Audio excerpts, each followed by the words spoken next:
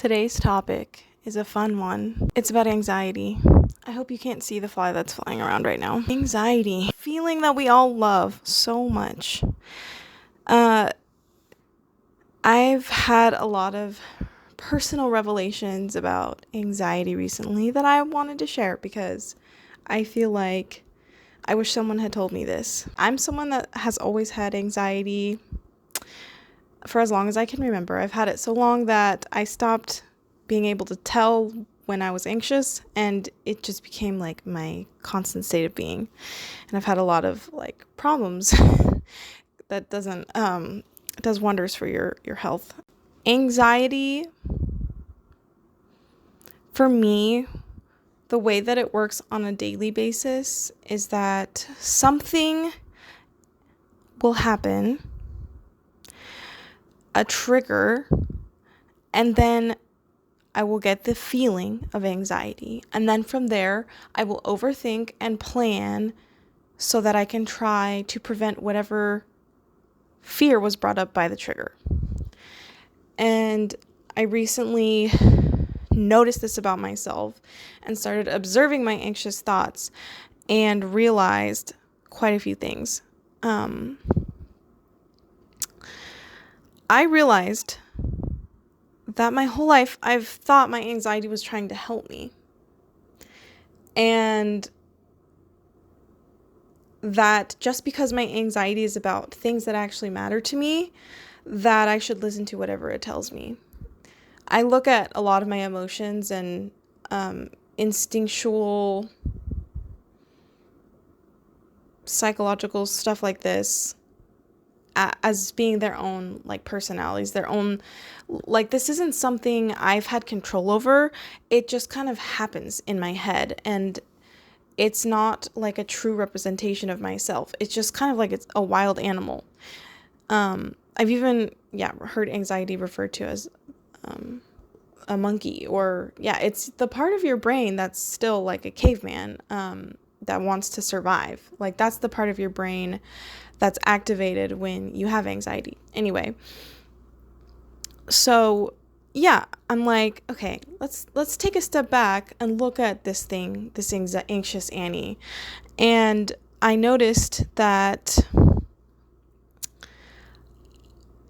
a lot of the stuff that my anxiety tells me to worry about, in fact, I think all of it isn't stuff I need to worry about. Worrying is not actually helpful.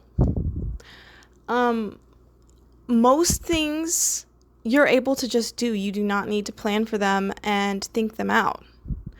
And my anxiety tricked me into thinking that I could, when you have anxiety, when you are an anxious person, you have been tricked into thinking by your anxiety that you can think your way through any situation. That blew my mind when I realized that. I have been tricked into believing that I can think my way through any situation. Any fear of mine, if I overthink about it enough, I'll solve it. And you know what? I don't think I've solved one yet. I don't think I've solved any of my problems that way. The only way to actually do anything is to be intentional and to act. So I want to talk a little bit about overthinking. Overthinking is directly related to anxiety, and I overthink a lot. I overthink everything. And I recently read that action is the only cure for overthinking. Action. You just have to take action. And so when anxiety gets a hold of me, it convinces me that something is a threat to the extent that it feels like life-threatening. Because that's why you get all nervous and shaky and everything. And I will sit there and overthink because it tells me that that's the only way to prevent this thing from happening. Not to mention that the perceived threat would be something that is not a threat at all. And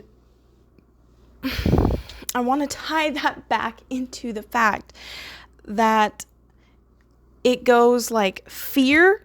So I have a fear of something, and then a trigger, and then the feeling of anxiety, and then the overthinking. So that's how it works for me. It starts with a fear. So if I didn't have a fear of rejection, if I didn't have a fear of not being enough, I wouldn't worry about whether that person at the party I'm going to is going to be accepting of me. So your anxiety will try to get you to overthink your way out of the situation, and you have to act. That is the only way to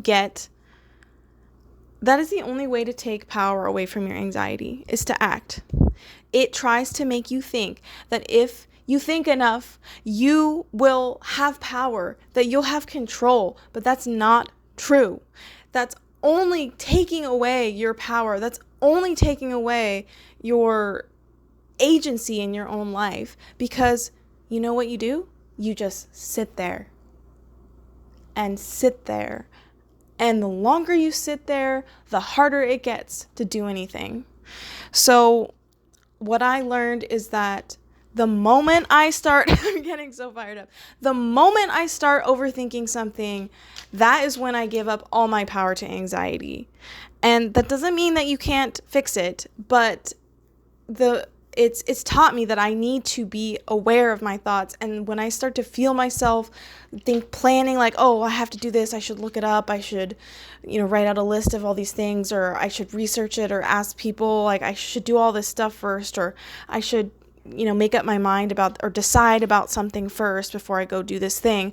Like the moment I start to feel those thoughts creep in, I have to catch myself and say, no, like do something as soon as possible. Like make some kind of, just get out of your head the moment that you start to do that. And that's the only way that you can, that's the best way that I've learned that you can take power back from your anxiety. And I think it's amazing because it's actually really easy.